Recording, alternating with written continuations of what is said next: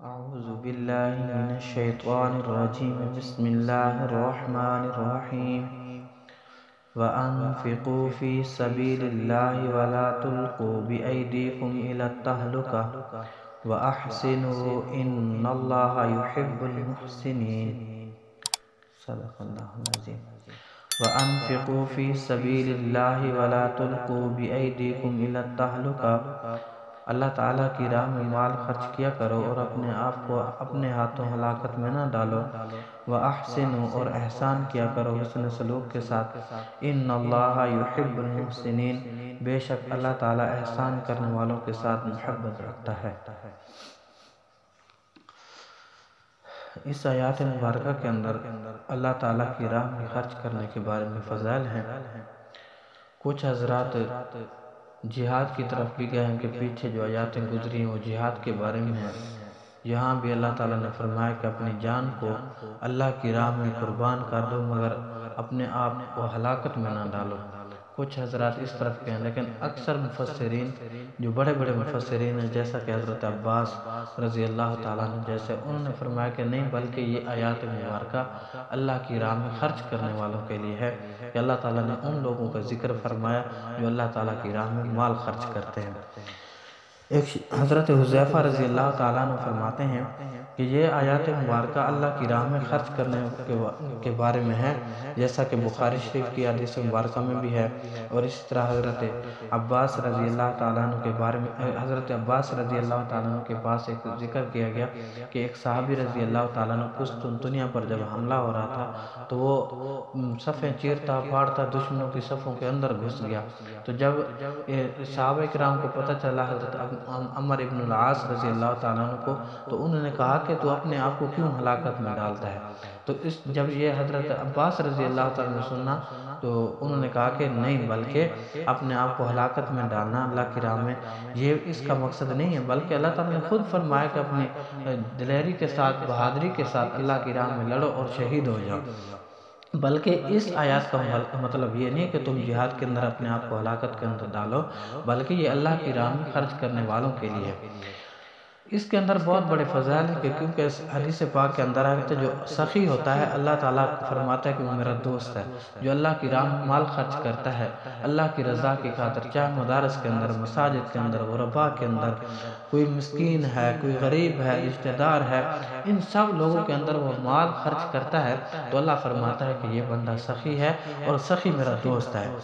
جیسا کہ حضرت ابو ہریرہ رضی اللہ تعالیٰ عنہ فرماتے ہیں کہ روزانہ 2 فرشتے آسمان سے اترتے ہیں،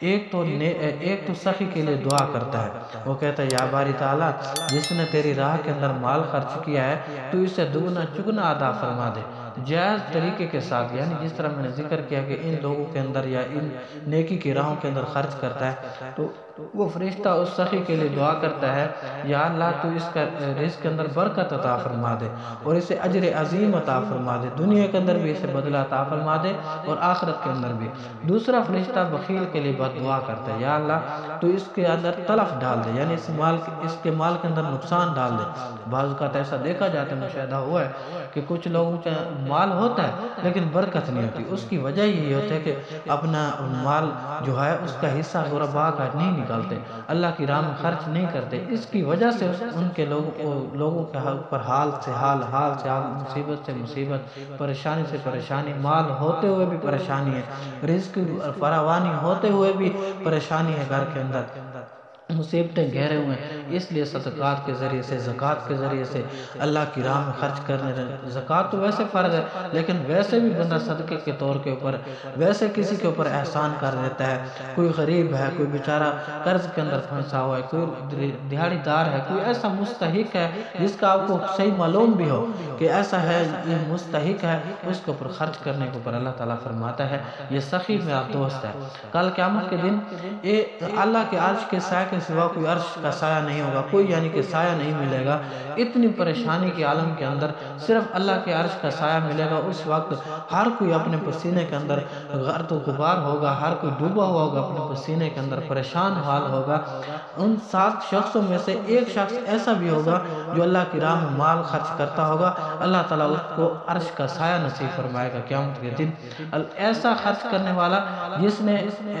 دینے والے کو اس طرح دیا کہ تیسرے بندے کو پتہ بھی نہ چلا، یا دینے والے کو پتہ ہے یا لینے والے کو پتہ ہے۔ اللہ کی راہ میں اس طرح مال خرچ کرتا ہے کہ تیسرے ہاتھ کو پتہ بھی نہیں چلتا کہ اس نے اللہ کی راہ میں کیا مال خرچ کیا ہے۔ ایسا خرچ کرنے والوں کو اللہ تعالیٰ قیامت کے دن عرش کے سائے کے نیچے جگہ دے گا۔ بہت بڑے فضائل ہیں اس کے بارے میں، بہت بڑے واقعات حدیث مبارکہ کے اندر آتے ہیں۔ خود نبی کریم صلی اللہ علیہ وآلہ وسلم نے فرمایا اگر میرے پاس اور پہاڑ کے برابر بھی سونا ہوتا تو ایسا نہ ہوتا کہ 3 دن یا 3 راتیں گزر جاتی کہ میں اسے ادائے قرض کے علاوہ باقی اللہ کی راہ میں خرچ نہ کر دیتا۔ کیا مطلب؟ یہ بھی حضرت ابو ہریرہ رضی اللہ تعالیٰ عنہ راوی ہیں، فرماتے اس کا مطلب یہ ہے کہ نبی کریم صلی اللہ علیہ وآلہ وسلم نے فرمایا اللہ مجھے اتنا مال دے دیتا تو میں اس سے 3 دن 3 راتوں کے سے پہلے اللہ کی راہ میں خرچ کر دیتا، صرف اتنا باقی رکھتا کہ جس سے میرا قرض عطا ہو جاتا۔ اس سے یہ سمجھانا مقصد ہے کہ اگر آپ کے اوپر قرض ہے، آپ قرض کو مقدم رکھیں، پہلے قرض ادا کر لیں، اس کے علاوہ جو آپ کے پاس مال ہو اللہ کی راہ میں خرچ کر دیں۔ اس کے بہت بڑے فضائل ہیں اللہ کی راہ میں مال خرچ کرنے، کل قیامت کے دن یہی کام آنے والا ہے اور کچھ نہیں۔ کسی کے اوپر احسان کیا ہوگا تو اللہ تعالیٰ فرما رہا ہے کہ میں احسان کرنے والوں کو محبوب رکھتا ہوں، محبت کرتا ہوں۔ کسی نیکی کی وجہ سے اللہ تعالیٰ ہمیں بخش دے، کسی کے اوپر احسان کرنے سے اللہ تعالیٰ ہمیں بخش دے۔ اللہ تعالیٰ سے دعا ہے اللہ رب العالمین اپنی راہ کے اندر مال خرچ کرنے سے اور اللہ تعالیٰ ہمیں جو قرآن پاک نے بتایا ہے اس پر عمل کرنے سے کامیابی عطا فرمائے۔ آمین۔